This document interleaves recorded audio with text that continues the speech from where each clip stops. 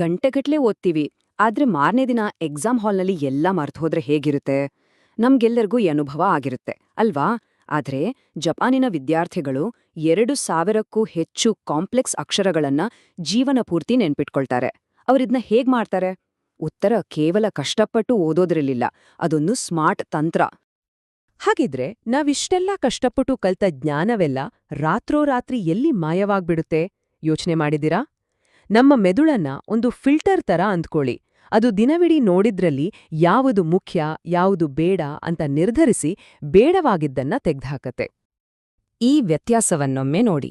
ಒಂದು ಕಡೆ ಗಂಟೆಗಟ್ಲೆ ಓದಿದ್ರೂ ಮರ್ತ್ ಹೋಗೋದು, ಇನ್ನೊಂದು ಕಡೆ 2,000ಕ್ಕೂ ಹೆಚ್ಚು ಸಂಕೀರ್ಣ ಅಕ್ಷರಗಳನ್ನ ಜೀವನ ಪೂರ್ತಿ ನೆನಪಿಟ್ಕೊಳ್ಳೋದು. ಇದರ ರಹಸ್ಯ ಹೆಚ್ಚು ಕಷ್ಟಪಡೋದ್ರಲ್ಲಿಲ್ಲ, ಬದಲಾಗಿ ನಮ್ಮ ಮೆದುಳಿನ ಜೊತೆ ಸ್ಮಾರ್ಟ್ ಆಗಿ ಕೆಲಸ ಮಾಡೋದ್ರಲ್ಲಿದೆ.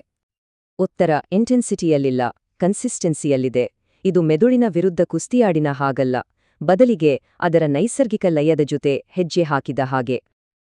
ಪರಿಣಾಮಕಾರಿ ಕಲಿಕೆ ಅನ್ನೋದು ನಾವು ಪುಸ್ತಕ ಹಿಡಿದಾಗ ಶುರುವಾಗಲ್ಲ, ಬದಲಿಗೆ ಬೆಳಗ್ಗೆ ಕಣ್ಣು ಬಿಟ್ಟ ತಕ್ಷಣ ಶುರುವಾಗತ್ತೆ. ನಮ್ಮ ಮನಸ್ಸನ್ನ ಒಂದು ಫಲವತ್ತಾದ ಮಣ್ಣು ಅಂತ ಅಂದ್ಕೊಳ್ಳಿ. ಬೀಜ ಹಾಕೋಕ್ ಮುಂಚೆ ಆ ಮಣ್ಣನ್ನ ಹದ ಮಾಡ್ಬೇಕಲ್ವಾ? ಹಾಗೇನೆ ಬೆಳಗ್ಗೆ ನಮ್ಮ ಬ್ರೈನ್ನ ಆಕ್ಟಿವೇಟ್ ಮಾಡೋಕೆ 4 ಸಿಂಪಲ್ ಸ್ಟೆಪ್ಸ್. ಮೊದಲನೇದು ನೈಸರ್ಗಿಕ ಬೆಳಕು. ಇದು ನಮ್ಮ ಬಾಡಿ ಕ್ಲಾಕನ್ನ ಸರಿ ಮಾಡುತ್ತೆ. ಎರಡನೇದು ಲೈಟಾಗಿ ವ್ಯಾಯಾಮ, ಬ್ಲಡ್ ಸರ್ಕ್ಯುಲೇಷನ್ ಜಾಸ್ತಿಯಾಗೋಕೆ. ಮೂರನೇದು ನಿನ್ನೆ ಓದಿದ್ದನ್ನ ಒಂದ್ಸಲ ಕ್ವಿಕ್ಕಾಗಿ ನೆನ್ಪು ಮಾಡ್ಕೊಳ್ಳೋದು. ಮತ್ತು ನಾಲ್ಕನೇದು ಒಂದು ಕ್ಷಣದ ಶಾಂತಿ, ಗಮನವನ್ನ ಒಂದೆಡೆ ತರೋಕೆ. ಈ ನಂಬರ್ ನೋಡಿ, 20%. ಅಂದ್ರೆ ಬೆಳಗ್ಗೆ ಕೇವಲ ಒಂದು 10 ನಿಮಿಷದ ಲೈಟ್ ಎಕ್ಸಸೈಸ್ ನಮ್ಮ ನೆನಪಿನ ಶಕ್ತಿಯನ್ನ 20%ನಷ್ಟು ಹೆಚ್ಚಿಸಬಲ್ಲದು. ಹೇಗೆ ಅಂತೀರಾ? ಸಿಂಪಲ್. ಇದು ನಮ್ಮ ಮೆದುಳಿಗೆ ಹೋಗೋ ಆಕ್ಸಿಜನ್ ತುಂಬಿಡ ರಕ್ತದ ಹರಿವನ್ನ ಜಾಸ್ತಿ ಮಾಡತ್ತೆ. ಇದರಿಂದ ಬ್ರೈನ್ ಅಲರ್ಟ್ ಆಗಿ ಕಲಿಯೋಕೆ ರೆಡಿಯಾಗತ್ತೆ. ನೋಡಿ, ಸಾಮಾನ್ಯವಾಗಿ ನಾವೇನ್ ಮಾಡ್ತೀವಿ, ಆದಷ್ಟು ಮಾಹಿತಿಯನ್ನ ತಲೆ ಒಳಗೆ ತುಂಬೋಕ್ ನೋಡ್ತೀವಿ. ಅದನ್ನ ಇನ್ಪುಟ್ ಅಂತಾರೆ. ಆದ್ರೆ ಜಪಾನೀಸ್ ವಿಧಾನ ಇದಕ್ಕೆ ಉಲ್ಟಾ. ಅವರು ಔಟ್ಪುಟ್ ಮೇಲೆ ಫೋಕಸ್ ಮಾಡ್ತಾರೆ, ಅಂದ್ರೆ ತಲೆಯಲ್ಲಿರೋದನ್ನ ಹೊರಗೆ ತೆಗೆಯೋದು. ನಾವು ಒಂದು ವಿಷಯವನ್ನ ಎಷ್ಟು ಸಾರಿ ನೆನಪು ಮಾಡ್ಕೊಳ್ತೀವೋ ಆ ನೆನಪಿನ ದಾರಿ ಅಷ್ಟು ಗಟ್ಟಿಯಾಗುತ್ತೆ. ಮುಂದಿನ ಸಲ ಅದನ್ನ ನೆನಪಿಸ್ಕೊಳ್ಳೋದು ಈಸಿಯಾಗುತ್ತೆ. ಸರಿ, ಬೆಳಗಿನ ಕಥೆ ಆಯ್ತು. ಈಗ ಮಧ್ಯಾಹ್ನದ ಸಮಯ, ಅಂದ್ರೆ ಲಂಚ್ ಆದ್ಮೇಲೆ ನಿದ್ದೆ ಬರೋ ಟೈಮ್. ಈ ಟೈಮಲ್ಲಿ ಫೋಕಸ್ ಉಳಿಸ್ಕೊಳ್ಳೋದು ಹೇಗೆ? ಇಲ್ಲೂ ಕೂಡ ಉತ್ತರ ಕಷ್ಟಪಟ್ಟು ಕೆಲಸ ಮಾಡೋದಲ್ಲ, ಸ್ಮಾರ್ಟ್ ಆಗಿ ಕೆಲಸ ಮಾಡೋದು. ನಮ್ಮ ಬ್ರೇನ್ ಇದೆಯಲ್ಲ, ಅದು ಮ್ಯಾರಥಾನ್ ಓಡೋ ರನ್ನರ್ ಅಲ್ಲ, ಅದು 100 ಮೀಟರ್ ಓಡೋ ಸ್ಪ್ರಿಂಟರ್. ಜಾಪಾನೀಸ್ ವಿದ್ಯಾರ್ಥಿಗಳಿಗೆ ಇದು ಚೆನ್ನಾಗ್ ಗೊತ್ತು. ಅದಕ್ಕೆ ಅವರು 40 ನಿಮಿಷ ಫುಲ್ ಕಾನ್ಸಂಟ್ರೇಟ್ ಮಾಡಿ ಓದ್ತಾರೆ, ಆಮೇಲೆ ಒಂದು 10 ನಿಮಿಷ ಬ್ರೇಕ್ ತಗೊಳ್ತಾರೆ. ಈ ಬ್ರೇಕ್ ಇದೆಯಲ್ಲ, ಇದು ಸುಮ್ನೆ ಟೈಮ್ ವೇಸ್ಟ್ ಅಲ್ಲ. ಈ ಟೈಮಲ್ಲೇ ಬ್ರೇನ್ ನಾವು ಕಲಿತಿದ್ದನ್ನೆಲ್ಲ ವ್ಯವಸ್ಥಿತವಾಗಿ ಜೋಡ್ಸಿಡುತ್ತೆ. ಸ್ಪೇಸ್ಡ್ ರಿಪಿಟೇಷನ್ ಕೇಳೋಕೆ ಏನೋ ದೊಡ್ಡ ಪದದ ಹಾಗೆ ಅನ್ಸುತ್ತೆ, ಆದ್ರೆ ಇದು ತುಂಬಾನೇ ಸಿಂಪಲ್ ಆದ ಪವರ್ಫುಲ್ ಟೆಕ್ನೀಕ್. ಒಂದೇ ವಿಷಯವನ್ನ ಪದೇ ಪದೇ ಓದೋ ಬದಲು ಸ್ವಲ್ಪ ಸ್ವಲ್ಪ ಗ್ಯಾಪ್ ಬಿಟ್ಟು ಓದೋದು. ಇದು ಹೇಗೆ ಅಂದ್ರೆ ಗೋಡೆಗೆ ಮೊಳೆ ಹೊಡೆಯೋ ಥರ. ಒಂದೇ ಸಲ ದೊಡ್ಡ ಸುತ್ಕಿಯಲ್ಲಿ ಹೊಡೆದ್ರೆ ಗೋಡೆ ಹಾಳಾಗಬಹುದು, ಆದ್ರೆ ಸಣ್ಣ ಸುತ್ಕಿಯಲ್ಲಿ ಸ್ವಲ್ಪ ಸ್ವಲ್ಪ ಗ್ಯಾಪ್ ಕೊಟ್ಟು ಹೊಡೆದ್ರೆ ಮೊಳೆ ಆಳವಾಗಿ ಗಟ್ಟಿಯಾಗಿ ಕೂರುತ್ತೆ. ನಮ್ಮ ನೆನಪು ಕೂಡ ಹಾಗೇನೆ. ನೋಡಿ, ಈ ಶೆಡ್ಯೂಲ್ ಫಾಲೋ ಮಾಡಿದ್ರೆ ಸಾಕು. ಮೊದಲನೇ ದಿನ ಕಲಿಯಿರಿ, ಎರಡನೇ ದಿನ ಒಂದ್ಸಲ ರಿವೈಸ್ ಮಾಡಿ, ಆಮೇಲೆ 4ನೇ ದಿನ ಮತ್ತೆ 7ನೇ ದಿನ.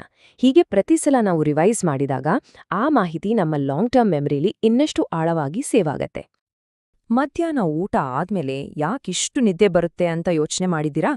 ಹೆಚ್ಚಾಗಿ ನಾವು ತಿಂದ ಊಟನೇ ಕಾರಣ.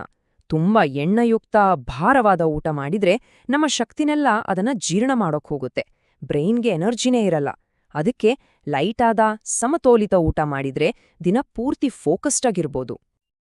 ಓಕೆ, ಈಗ ದಿನದ ಅತಿ ಮುಖ್ಯವಾದ ಭಾಗಕ್ಕೆ ಬಂದಿದ್ದೀವಿ, ರಾತ್ರಿ. ನಾವು ದಿನವಿಡೀ ಕಲಿತಿದ್ದನ್ನ ನಮ್ಮ ಮೆದುಳು ಸೇವ್ ಮಾಡ್ಬೇಕಾ ಅಥವಾ ಡಿಲೀಟ್ ಮಾಡ್ಬೇಕಾ ಅಂತ ಡಿಸೈಡ್ ಮಾಡೋ ಟೈಮ್ ಇದು. ಕೇವಲ 10 ನಿಮಿಷ. ಹೌದು, ಅಷ್ಟೇ ಸಾಕು. ಮಲ್ಗೋಕು ಮುಂಚೆ ದಿನವಿಡೀ ಓದಿದ್ದನ್ನ ಒಂದ್ಸಲ ಕಣ್ಣಾಡ್ಸೋಕೆ ಬೇಕಾಗಿರೋದು ಬರೀ 10 ನಿಮಿಷ.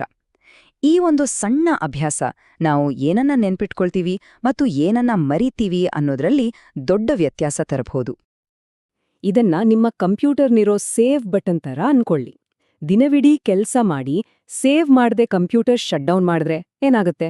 ಎಲ್ಲಾ ಕೆಲ್ಸ ವ್ಯರ್ಥ ಅಲ್ವಾ? ನಮ್ಮ ಮೆದುಳುಗೂ ಹಾಗೇನೆ.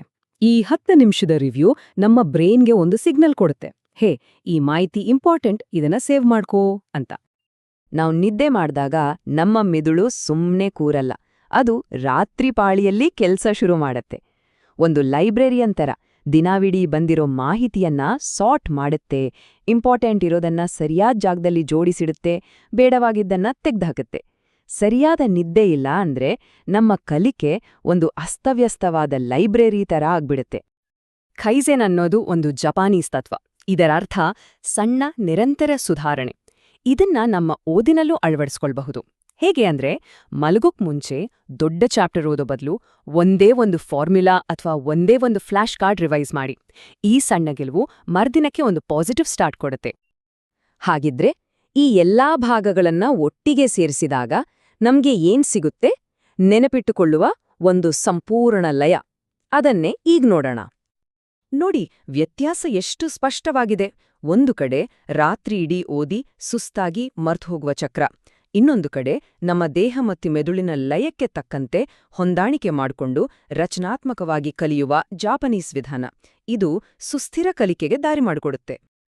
ಅಂದ್ರೆ ಬೆಳಗ್ಗೆ ನಮ್ಮ ಮೆದುಳನ್ನ ದಿನಕ್ಕೆ ಸಿದ್ಧಪಡಿಸೋದು, ಮಧ್ಯಾಹ್ನ ಸ್ಮಾರ್ಟ್ ಆಗಿ ಒಂದು ಸ್ಟ್ರಕ್ಚರ್ ಇಟ್ಕೊಂಡು ಕಲಿಯೋದು, ಮತ್ತು ರಾತ್ರಿ ಕಲಿತಿದ್ದನ್ನ ಭದ್ರಪಡಿಸಿ ಮರುದಿನಕ್ಕೆ ರೀಚಾರ್ಜ್ ಆಗೋದು.